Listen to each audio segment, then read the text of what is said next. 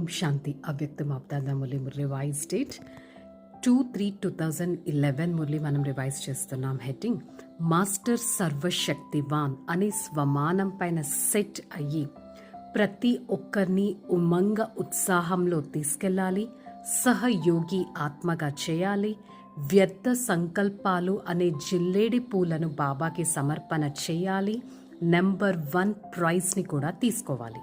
So ఈరోజు బాబా అందరికీ చాలా శుభాకాంక్షలు ఇస్తున్నారు, ప్రేమపూర్వకంగా ఇస్తున్నారు, సంతోషంతో ఇస్తున్నారు. నా ఒక్కొక్క పిల్లవాడు బాబా హృదయం పైన ఉన్నారు, దిల్ కా దులారా అని అంటున్నారు. మీరు ఒక్కొక్కరు నా మనసులో ఇంకిపోయి ఉన్నారు. మరి చెక్ చేసుకోండి. సంతోషకరమైన ముఖవర్చస్సు సదా బాబా ప్రేమ సాగరంలో తేలాడుతూ ఉన్నామా మనం? సదా నేను ఒంటరిగా లేను, బాబాతో ఉన్నాను. సదా శివ జయంతి ఒక్క బాబాది కాదు, పిల్లలది కూడా. ఇది ఒక వండర్ఫుల్ బర్త్డే, వజ్రతుల్యమైన జయంతి. ఇది విశేషంగా బాబా మరియు జ్ఞాన రత్నాల జయంతి అనేది జరుగుతుంది. మరి మీరందరూ బ్రహ్మ బాబాతో కలిసి ఉంటారు, కలిసి రాజ్యం చేస్తారు, కలిసి కూడా మీరు ఈ పదవిని కూడా తీసుకుంటున్నారు. దీనికి గుర్తుగానే మౌంట్ అబూ దిల్ వాడా మందిర్ అంటే హృదయంలో మీరు బాబాతో ఉంటారు కాబట్టి దిల్ వాలా అనే పేరు అనేది వచ్చింది.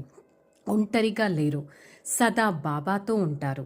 సదా మీరు లైట్ హౌస్తో ఉంటారు కాబట్టి మాయ దూరం నుంచే పారిపోతుంది, మీ దగ్గరికి రావాలి అని ఛాన్స్ కూడా తీసుకోదు.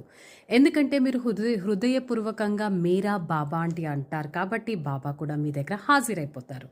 మరి భక్తులు కూడా తెలివి తక్కువ వారేం కాదు, వారు కూడా మీకంటే మీలాగే భగవంతుని ఎంతో స్మృతి చేస్తారు. ఏం చేస్తారు శివ జయంతి రోజు?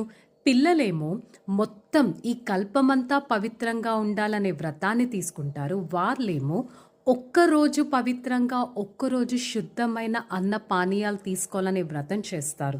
మీరు 21 జన్మల కోసం చేస్తారు, వారేమో అల్పకాలిక వ్రతమే చేస్తారు.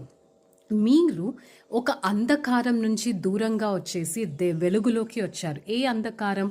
మనసు యొక్క అంధకారం, దుఃఖం యొక్క అంధకారం. దాని నుంచి జాగరణలో ఉన్నారు. వారేమో నిద్రలో జాగరణ అనేది చేస్తారు.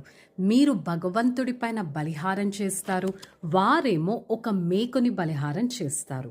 మరి ఎప్పుడైనా ఆలోచించారా ఎందుకు మేకనే బలిహారం చేస్తారు? మేక ఎప్పుడు మే మే అని అంటూ ఉంటుంది. అంటే మీరు కూడా మే అంటే నాది అనే దాన్ని బలిహారం చేయాలి. అది చాలా ఇంపార్టెంట్.